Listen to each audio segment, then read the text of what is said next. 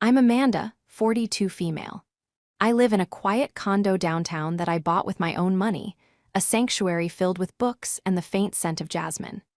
As a financial advisor, I spend my days helping people secure their futures, a skill I ironically extended to my family for far too long. They saw my success not as something I built, but as a resource they were entitled to, and it took one bitter comment at my own birthday dinner to finally make me see the truth.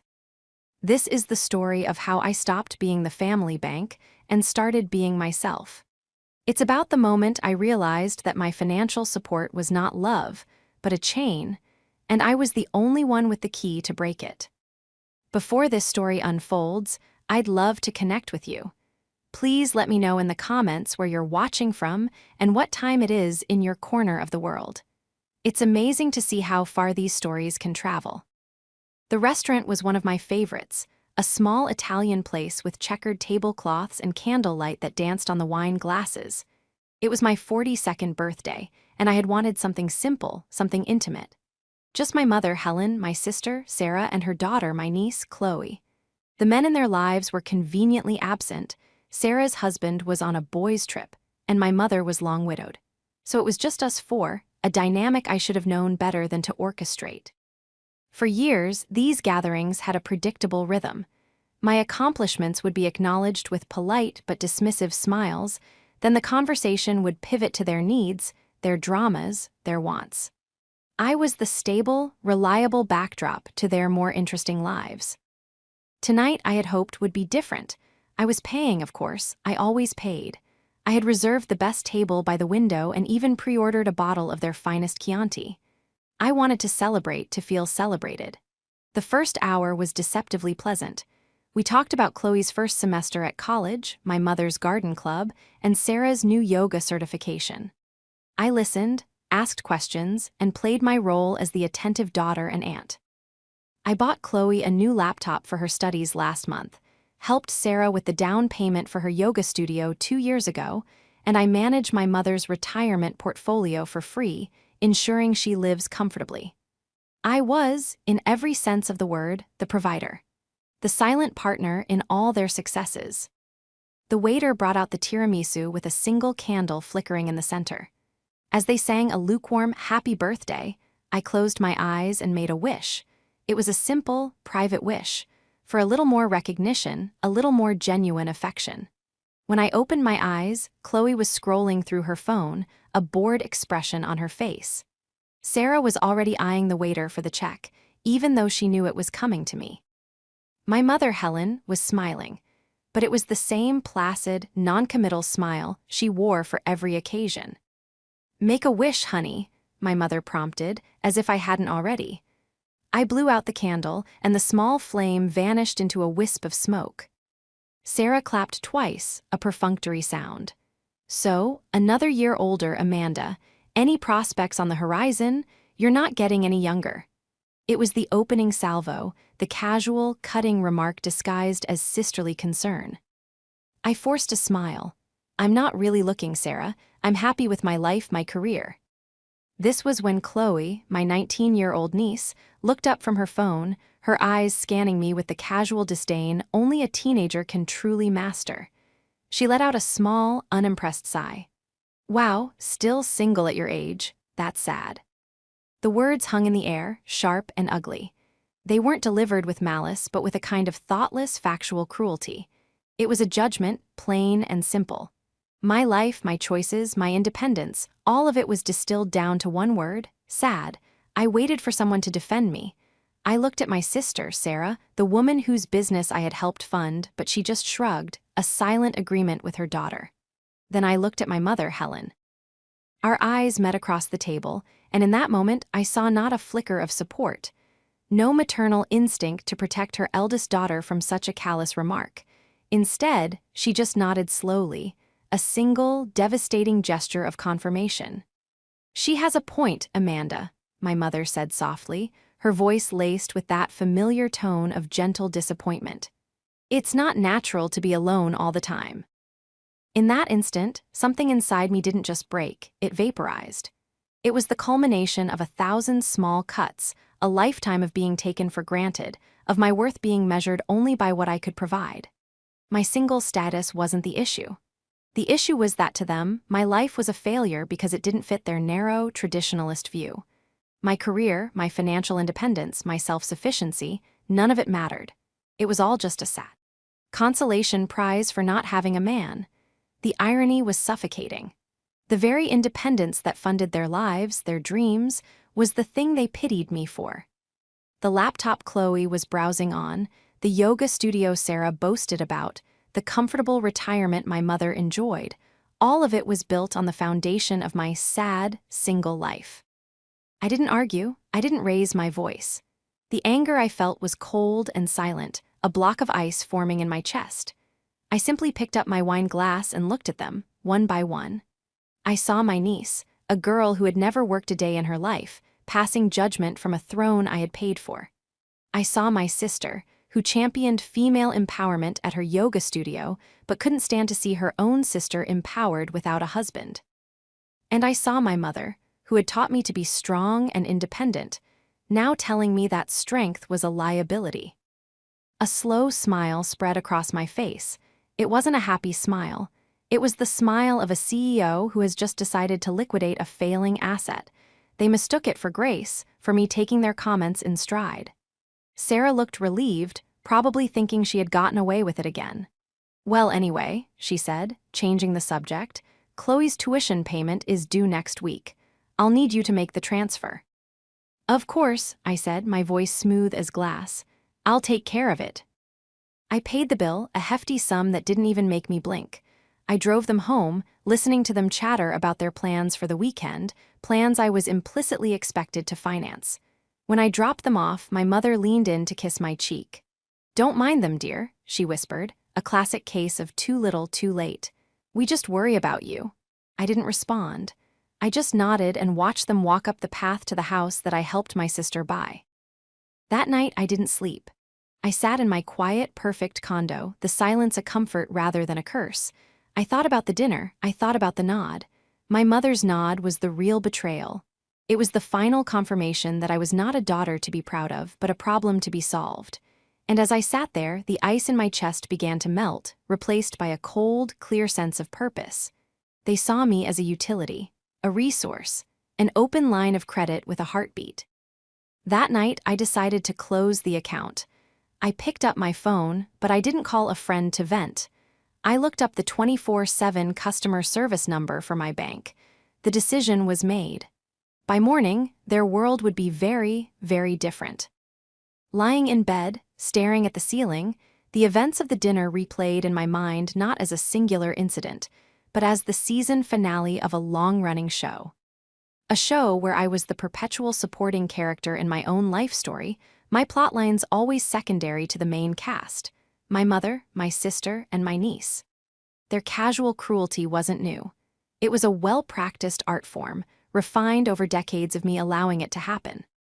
I had built the stage, supplied the props, and paid for the tickets, all while they delivered lines that slowly chipped away at my self-worth. I remembered my college graduation. I was the first in our family to get a master's degree, an MBA in finance. I graduated with honors, my name called to a smattering of applause. When I found my family afterward, my diploma in hand, my mother's first words were, "That's wonderful, dear. Now you can find a good husband with a stable job."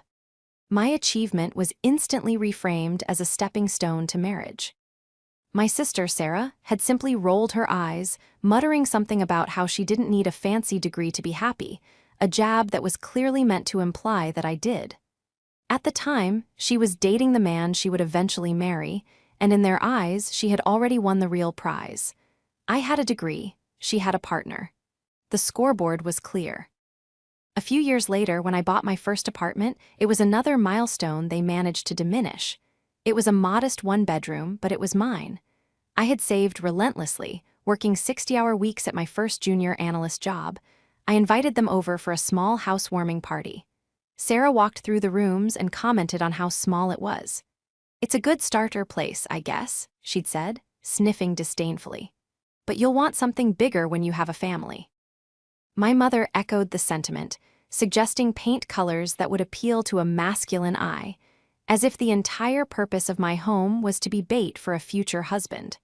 There was never a moment of pure celebration for my accomplishment on its own terms. It was always viewed through the lens of what I lacked: a man, a family, a normal life. The pattern was insidious. When I got a major promotion at 30, the one that finally pushed my salary into 6 figures, I told them the news over a Sunday dinner. After a moment of stunned silence, Sarah's immediate response was, "Well, don't let it intimidate men. Guys don't lick it when a woman makes more than them." My mother nodded in agreement, adding a cautionary tale about a friend's daughter whose career success had supposedly left her lonely. They weren't celebrating my hard work, they were warning me that my success was a social handicap. Meanwhile, I was quietly paying off the high-interest credit card debt Sarah had racked up from a failed online boutique venture. I was the responsible one, the successful one, but in our family's twisted narrative, I was also the one to be pitied. The most glaring example came 5 years ago. I had been dating someone for about a year, a kind and intelligent man named Robert. He was an architect, and we connected on a level I had never experienced before. I brought him to my mother's house for Thanksgiving, nervous but hopeful. My family was polite to his face, but their questions were like a forensic investigation. They asked about his income, his family background, his 5-year plan. It felt less like an introduction and more like a financial audit. Robert was uncomfortable, and I was mortified. After he left, the verdict was delivered. Sarah thought he wasn't ambitious enough for me. My mother felt his family wasn't on our social level. They systematically dismantled him, not based on how he treated me or how happy he made me, but on a checklist of superficial criteria. A few weeks later, Robert and I broke up. The pressure had created a crack in our relationship, and we couldn't repair it. When I told my family, there was a palpable sense of relief from them. "It's for the best," my mother had said, patting my hand. "You deserve someone who can truly match you." But what they meant was someone who could match their expectations, someone who would add to the family's perceived status. The irony was that I was the one who had built that status. The comfortable lifestyle they enjoyed was funded by my intimidating salary. Sarah's kids went to private summer camps because I wrote the checks. My mother could afford her biannual cruises because I managed her investments and supplemented her pension. They criticized me for not having a man, yet they were utterly dependent on my ability to provide for them, an ability I had cultivated by focusing on my career instead of my dating life. This history of dismissals was the context for Chloe's comment at my birthday dinner. Her words were not just the thoughtless jab of a teenager, they were the echo of a family mantra, a belief system passed down from mother to daughter. I was the anomaly, the spinster aunt, the cautionary tale, and my role was to accept this narrative with a gracious smile and then open my wallet. For 20 years, I had been absorbing these little poison darts, telling myself it was just how they are. I made excuses for them. Sarah was insecure about her own financial struggles. My mother was from a different generation. Chloe was just a kid. But the nod, my mother's silent, solidifying nod, had shattered all those excuses. It was a moment of pure, unvarnished truth. They were not just thoughtless, they were deliberate. They were not just dismissive, they were parasitic. The anger that had been a cold block of ice was now a raging fire. It wasn't just about the money. It was about the utter lack of respect, the complete disregard for my feelings, my life, my accomplishments. They had happily cashed the checks from the Bank of Amanda while simultaneously devaluing its CEO. They wanted the benefits of my independence without ever validating the life I had built to achieve it. As I lay there, the sky outside my window beginning to lighten, I knew I couldn't go on like this. The financial ties were the only ones they seemed to respect, the only language they truly understood. So that would be the language I would use to respond. It was time to teach them the true meaning of the word independent. It was time for them to learn what my sad, single life actually paid for, and the first lesson would begin in the morning. The sun began to stream through my blinds, but I hadn't slept. My mind was a whirlwind of calculations and memories, each one reinforcing the decision I had made in the pre-dawn hours. For years, I had operated under the illusion that my financial support was a gift, an expression of love for my family. But sitting there in the stark light of morning, I understood it was an unspoken contract, and I was the only one honoring my side of the deal. My obligation was to provide. Theirs was to give me the bare minimum of love and respect, and they had just defaulted in the most spectacular way. So I decided to do what I do best. I conducted an audit. I turned my professional skills, the very ones they so easily dismissed, onto my own life. I opened my laptop and began to meticulously comb through years of financial records, bank statements, and credit card bills. I wanted to see it all, to quantify the hidden costs of being the family ATM. I needed to see numbers in black and white, to strip away the emotion and look at the cold, hard data of my generosity. It was an exercise in self-inflicted pain, but it was necessary. I needed to build an unshakable case, not for them, but for myself. I needed to know, down to the last cent, what my silence and compliance had truly cost me. The first file I opened was labeled Family Support. It was a spreadsheet I had kept for tax purposes, but it soon became a monument to my own naivete. The entries started small. 10 years ago, it was helping Sarah with her car payment one month when she was a little short. It was buying my mother a new dishwasher when hers broke. It was paying for Chloe's braces. These were things you do for family, I had told myself. But the frequency and the amounts had escalated over time, tracking perfectly with the growth of my career. I tallied it up. The down payment for Sarah's house, $50,000. It had been framed as a loan, but there was no contract, no repayment schedule, and not a single dollar had ever been paid back. The seed money for her yoga studio, another $30,000. She called it an investment, but I had never seen a share of the profits, which I suspected were meager at best. Then there were the monthly expenses, the insidious, recurring costs that had become so routine I barely noticed them anymore. I was paying the family cell phone plan for all of us, a bill that ran close to $250 a month. I was covering the insurance on Sarah's car because she said it was cheaper to bundle it with mine. And Chloe, my beautiful, sharp-tongued niece. Chloe's file was the most staggering. From the moment she was born, I had been her fairy godaunt. I opened a college savings account for her, a $529 plan that I had diligently contributed to every single month for 18 years. The balance was now well over $150,000, more than enough to cover her entire undergraduate degree at the state university she was attending. But that wasn't all.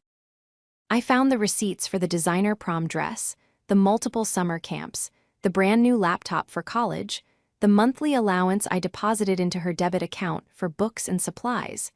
An account that I now realized was funding a lifestyle of weekend trips and expensive brunches I saw on her social media.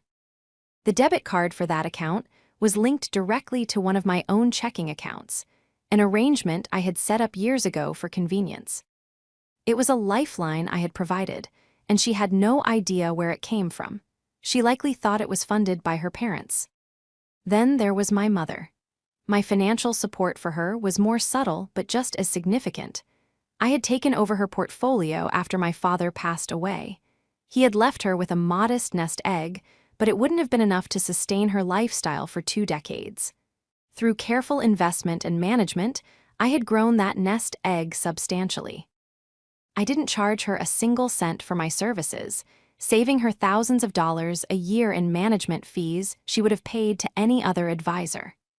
Furthermore, I quietly supplemented her income, a direct deposit of $1,000 every month to cover what her pension and Social Security didn't. This money paid for her cruises, her garden club fees, her ability to live without financial worry. As I added up the numbers, the total on my screen grew to an astronomical figure.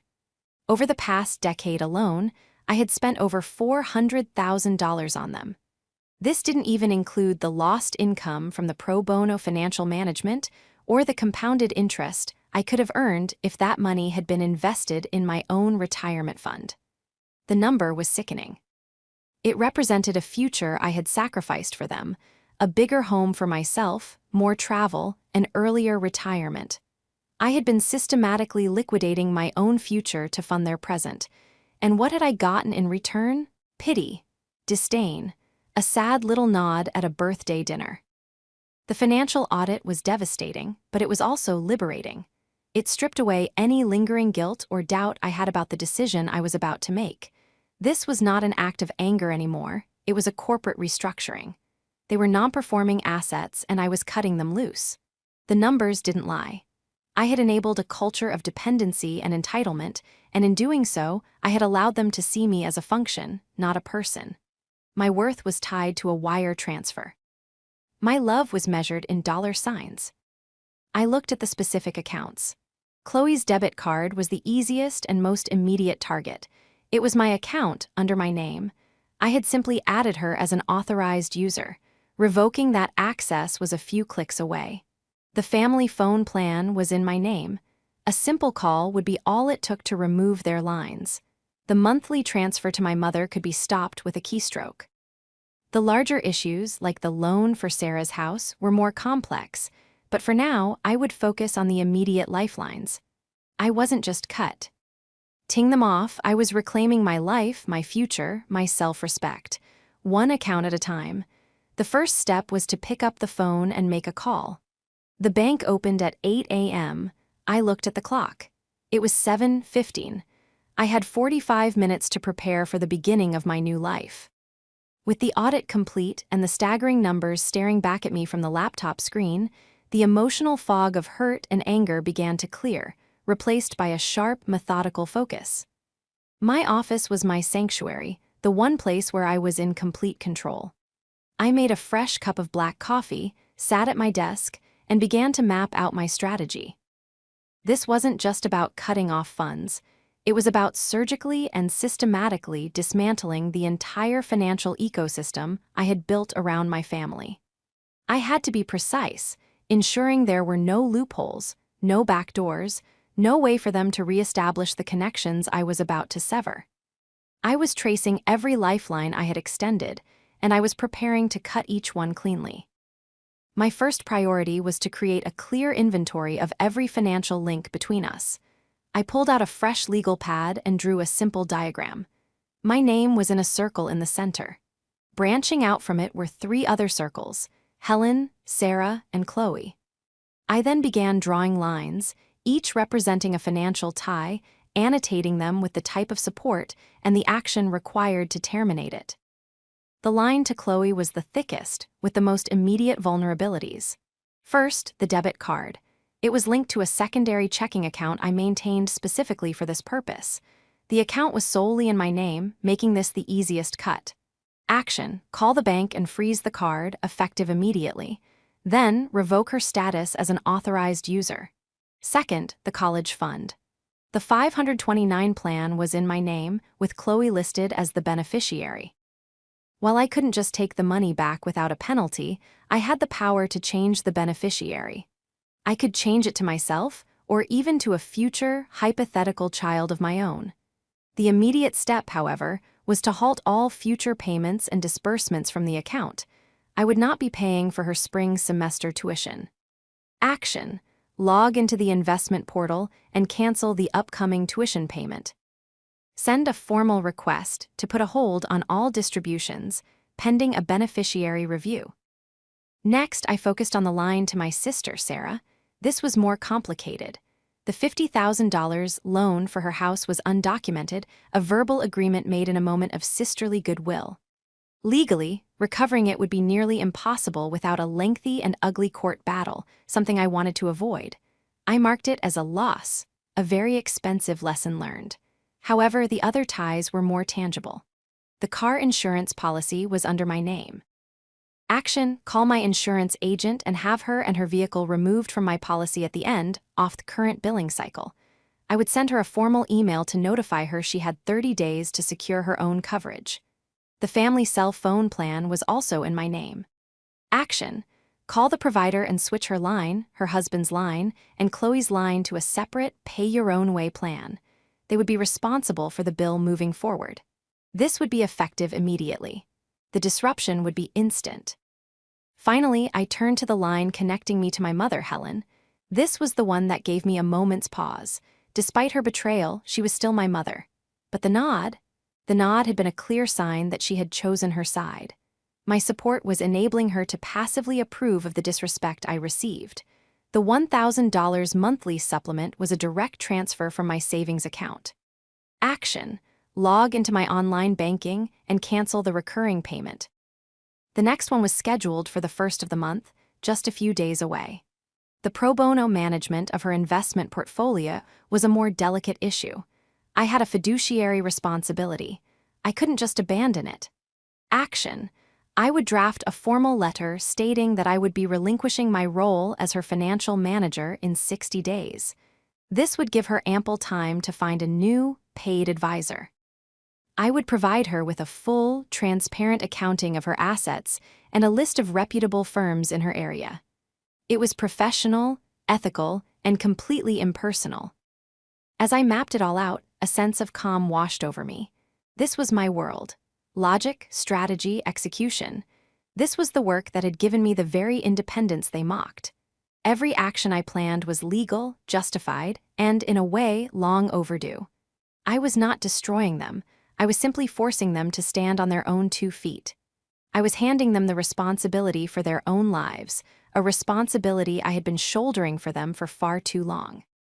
With my plan laid out, I began the execution. It was 7:55 a.m. I practiced the conversation for the bank in my head. I would be calm, polite, and firm. No emotion. This was a simple business transaction. I was a client closing a line of credit. I organized the documents on my desktop: account numbers, policy details, login credentials for the various portals. I was preparing for a clean sweep. As the clock ticked closer to 8:00 a.m., I thought about the life I was reclaiming.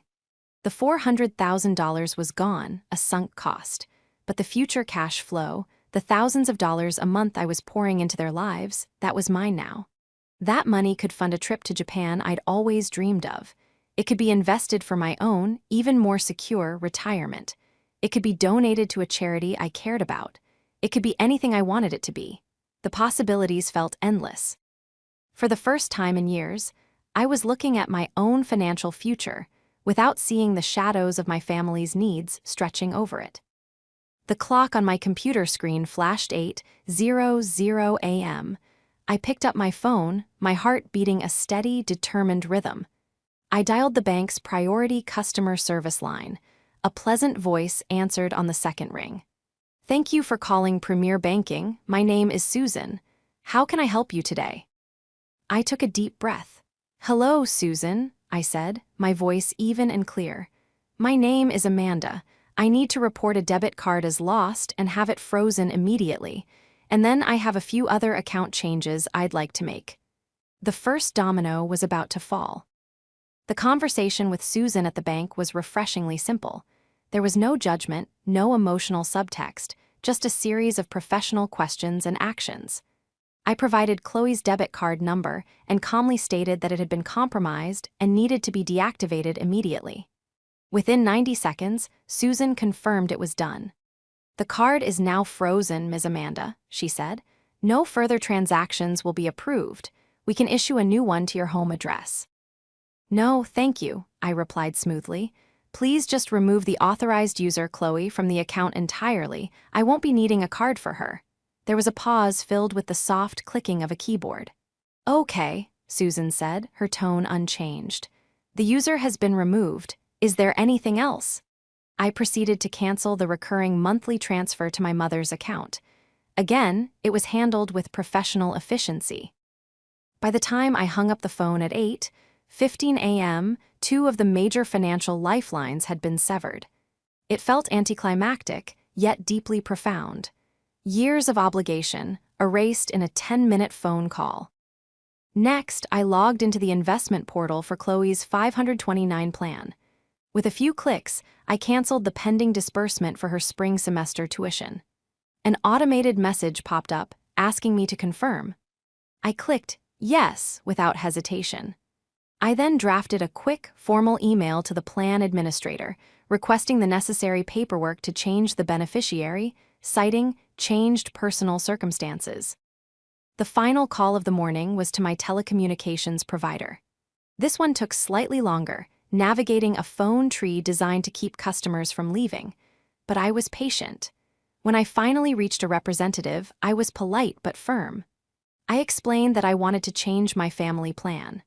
My line would remain, but the other 3 lines, Sarah's, her husband S, and Chloe's, were to be separated onto their own account. The representative informed me that the account holder for the new account would need to call in and accept financial responsibility. "That's perfectly fine," I said.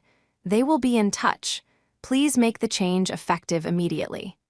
He confirmed that within the hour, their service would be restricted until they set up their own billing. By 8:40 a.m., it was all done. I leaned back in my chair and felt a wave of relief so powerful it almost made me dizzy. The system I had created, the one that had been draining me for years, was dismantled. I had built the cage, and I had just opened the door and walked out. Now, all I had to do was wait. I knew it wouldn't be long. The first ripple effect likely happened around lunchtime. Chloe, probably trying to buy an overpriced salad or a coffee on campus, would have found her card declined. Her first reaction wouldn't be panic, but annoyance. She would assume it was a glitch, a temporary error. She would probably text her mother, Sarah, complaining about how Aunt Amanda's card isn't working. Sarah, in turn, would text me a casual, almost demanding message. "Hey, Chloe's card isn't working. Can you check on it?" I saw the message pop up on my phone's lock screen around 12:30 p.m. and ignored it. An hour later, another text from Sarah. "Amanda, did you see my message? Chloe needs to buy her textbooks." A blatant lie, I knew. I had paid for her textbooks through a direct purchase from the university bookstore a month ago. The frustration in her tone was already escalating. I continued to ignore it. The silence, I knew, would be more infuriating to her than any angry response. The real chaos would have started later in the afternoon. Sarah, trying to call me to complain, would have discovered her phone service was suspended. Her husband's too. This would trigger genuine panic. The 2 lifelines they used every single day, money and communication, were suddenly choked off. The world they knew, a world cushioned by my money and managed by my diligence, had vanished. The phone calls started at 3:17 p.m. They came from a number I didn't recognize, likely a friend's phone or a landline. I let the first one go to voicemail, then the second, and the third. I watched my phone screen light up again and again. The calls were frantic, one after another with no pause in between. I counted them. 15, 16, 23. It was a digital tantrum. Sarah was accustomed to immediate gratification, to having her problems solved with a single text message to me. This denial of access, this complete and total silence, was something she had never experienced from me before. In between the calls, a flood of text messages came through from my mother, who clearly still had a working phone for now. Her messages started with concern. "Amanda, Sarah is trying to reach you. Is everything okay?" They quickly escalated to confusion and then to accusation. "Sarah says her phone isn't working and Chloe is stranded without money. What is going on? You need to fix this." And finally, to command, "Amanda, this has gone far enough. Call your sister immediately." My mother's messages revealed the core of the problem. She didn't see me as a person who might be hurt or have her own reasons. She saw me as a malfunctioning utility that needed to be fixed to restore the family's comfort. Her concern was not for me, but for the disruption of the services I provided. I let them stew in their self-created panic for several hours. I went about my day. I had a productive meeting with a client, I ate a healthy lunch, and I went for a walk in the park. With every missed call and ignored text, I felt a layer of resentment and obligation sloughing off. I was no longer their emergency contact, their financial safety net, their problem solver. I was just Amanda, a 42-year-old woman enjoying a Tuesday afternoon. At 6:00 p.m., after the 31st missed call, I decided it was time. I knew Sarah would be incandescent with rage, a pressure cooker of entitlement ready to explode. I was ready for it. I was calm. I was prepared. I poured myself a glass of Pinot Noir, sat on my comfortable sofa, and on the 32nd call, I finally answered the phone. Inevitable, how dare you? The moment I answered, I didn't even have a chance to say hello. Sarah's voice, shrill and ragged with fury, exploded through the phone. How dare you? It wasn't a question. It was an accusation, a ballistic missile of rage launched from a place of pure, unadulterated entitlement. I held the phone slightly away from my ear, took a calm sip of my wine, and waited for her to run out of breath. "What is wrong with you?" she shrieked, the sound distorted by her anger. "Chloe was stuck on campus with no money. She had to borrow cash from a friend to get home. My phone is shut off. What did you do?" I let the silence hang in the air for a beat, letting her words echo in the space between us. For years, I had been the one to soothe her, to calm her down, to promise to fix whatever problem she was facing. This time, I offered no comfort. "I didn't do anything, Sarah," I said, my voice measured and calm. "I simply made some changes to my own personal accounts. They are, after all, mine." Her response was a sputtering, incredulous laugh. "Your accounts? You cut Chloe off, you shut off my phone. This isn't just about your accounts, Amanda, this is about family. This is about responsibility." The hypocrisy was so thick I could have choked on it. "Let's talk about responsibility, Sarah," I replied, my voice still even, but now with an edge of steel. "Responsibility is paying your own bills. Responsibility is funding your own child's lifestyle. Responsibility is managing your own household finances. For the past 10 years, I have been taking on your responsibilities, and I have decided to stop." "We had an arrangement," she yelled. "You have the money, you're supposed to help us. That's what family does." "Family also treats each other with respect," I shot back, the dam of my composure finally beginning to crack. "Family doesn't mock you at your own birthday dinner. Family doesn't dismiss your entire life's work. A mother doesn't nod in agreement when her granddaughter calls her other daughter sad for being single." There was a sudden, sharp silence on her end. I had hit the nerve. I had brought up the source of it all, the one cruel moment that had finally severed the chain. "Oh, so that's what this is about," she said, her voice dripping with scorn. "You're throwing a tantrum because a teenager made a harmless comment? Chloe didn't mean anything by it. You're being overly sensitive." "It wasn't just Chloe, was it, Sarah? It was you, shrugging as if you agreed. And it was Mom, nodding. It was the final confirmation of what I've known for years. You don't respect me. You respect my bank account. And the access to that account has now been permanently revoked." I could hear her breathing, ragged and furious. Then another voice came on the line. It was my mother, Helen. Her tone was one of deep disappointment, the one she had perfected over years to inflict maximum guilt. "Amanda, this is not the way to handle things," she said, her voice trembling slightly. "You have hurt your sister and your niece deeply. You are tearing this family apart over a misunderstanding." "There is no misunderstanding, Mom," I said, the pain of her betrayal still fresh. "I understood you perfectly when you nodded. You agreed with them. You think my life is sad. You think I'm a failure because I'm not married. Yet you have no problem living comfortably on the proceeds of that sad life. The cruises, the garden clubs, the reason you don't have to worry about outliving your savings, that's all because of me, the daughter you pity." "That's not fair," she stammered. "I have always been proud of you." "Your actions say otherwise," I replied coldly.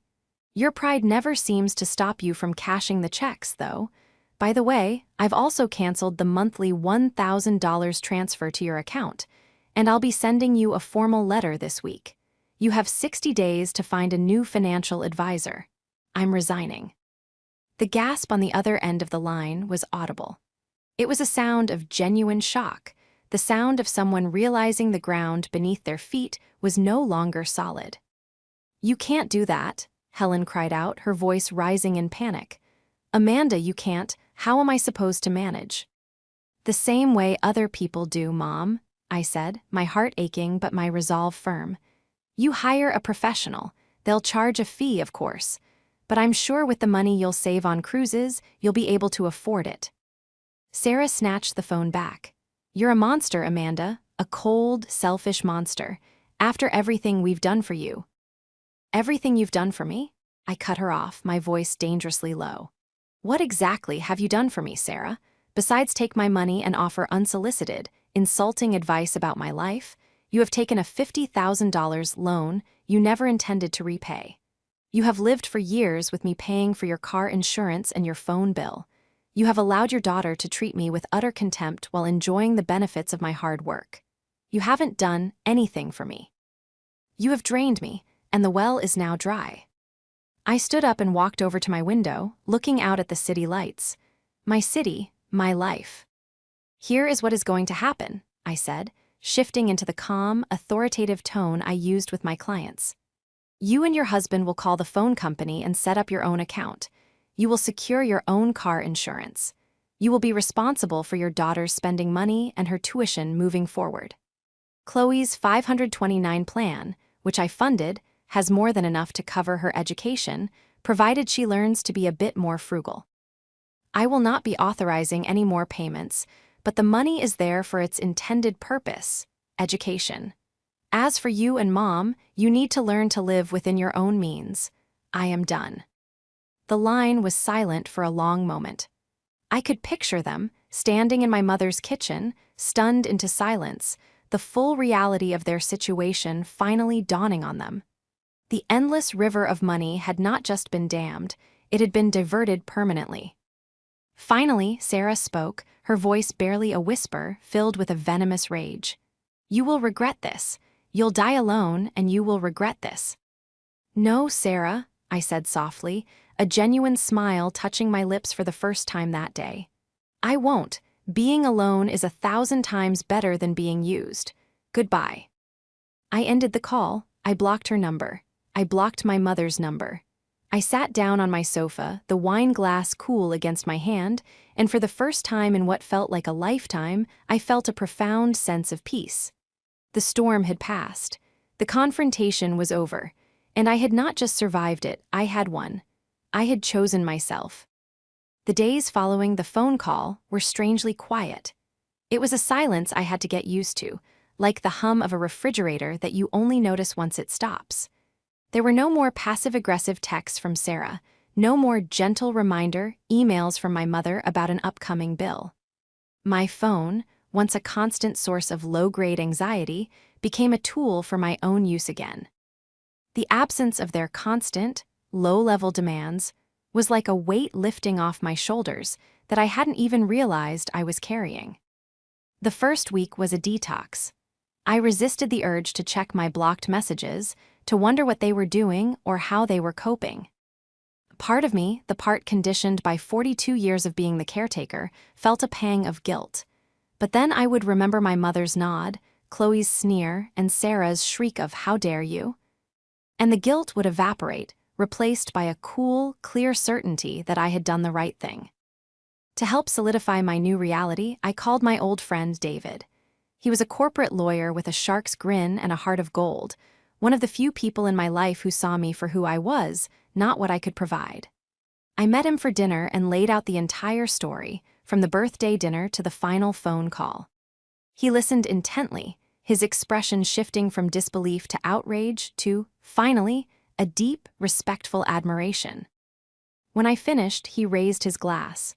"To Amanda," he said, "the CEO of her own damn life, I'm proud of you. That took guts." "I'm not sure it was guts," I admitted. "I think it was just exhaustion. I ran out of excuses for them." David's legal mind immediately started seeing the potential fallout. "Sarah might try to make a claim on that $50,000 loan," he warned. "Or your mother could contest your resignation as her advisor." "Let them," I said with a shrug, feeling a surprising lack of fear. "The loan was verbal, there's no paper trail, and I'm giving Mom a 60-day notice with a full accounting. I've covered my ethical bases. For the first time, I'm not afraid of their drama." He was right to be cautious, though. About a month later, I received a letter from a lawyer representing Sarah. It was a blustering, poorly written demand for the immediate reinstatement of family support, and made a vague, unenforceable claim on the verbal investment in her yoga studio. I forwarded it to David, who laughed out loud when he read it. He drafted a crisp, professional response that shut them down completely, citing the lack of any written agreement and politely suggesting that any further communication should go through him. We never heard from her lawyer again. The true aftermath, however, wasn't legal. It was personal. It was the process of redirecting all the energy, time, and money I had once poured into my family back into myself. The $1,250 a month that had been going to my mother and the phone company was now automatically invested into a travel and adventure fund. I booked the 2-week trip to Japan I had always dreamed of. I started taking pottery classes on Tuesday nights. I reconnected with old friends I had neglected because I was always too busy managing a family crisis. My life began to fill with things that brought me joy, not obligation. The silence in my condo no longer felt empty, it felt peaceful. I found that I actually enjoyed my own company. My sad, single life, as Chloe had called it, was actually rich and fulfilling. I had great friends, a career I loved, and the freedom to do whatever I wanted, whenever I wanted. What was so sad about that? 6 months later, I got an email from a name I didn't recognize. The subject line was an apology. It was from Chloe. Her tone was completely different from the arrogant teen at the restaurant. It was hesitant, awkward, and surprisingly sincere. She told me that the last few months had been a huge reality check. She had to get a part-time job on campus to pay for her own expenses. She saw how stressed her parents were now that they had to manage their own finances, and she admitted she had never understood where the money had come from. She apologized for her comment at my birthday dinner. "I was a stupid, entitled kid who had no idea what you did for us," she wrote. "I know I don't deserve it, but I hope one day you can forgive me." I sat with her email for a long time. It was the first crack of remorse, the first sign that my actions had forced a change in perspective. I replied with a short, simple message. "Thank you for your apology, Chloe. I appreciate it. I wish you the best." I offered no reconciliation, no hint that the door was open to how things were before. Forgiveness was one thing, forgetting was another. She needed to build her own life now, just as I was rebuilding mine. I never heard from my mother or Sarah directly again. I learned through the grapevine that Sarah had to take on more yoga classes and her husband got a second job to make ends meet. My mother had to sell her house and move into a smaller, more affordable condo. They were surviving, just without the luxuries I had once provided. Their lives were harder, but they were now their own. In a way, I had given them the gift of self-reliance, even if they would never see it that way. As for me, my worth is no longer up for debate. It's not determined by my relationship status or by the approval of my family. My worth is in my integrity, my resilience, and my ability to build a life of peace and purpose on my own terms. I am single, I am successful, and I am happy. And there is absolutely nothing sad about that.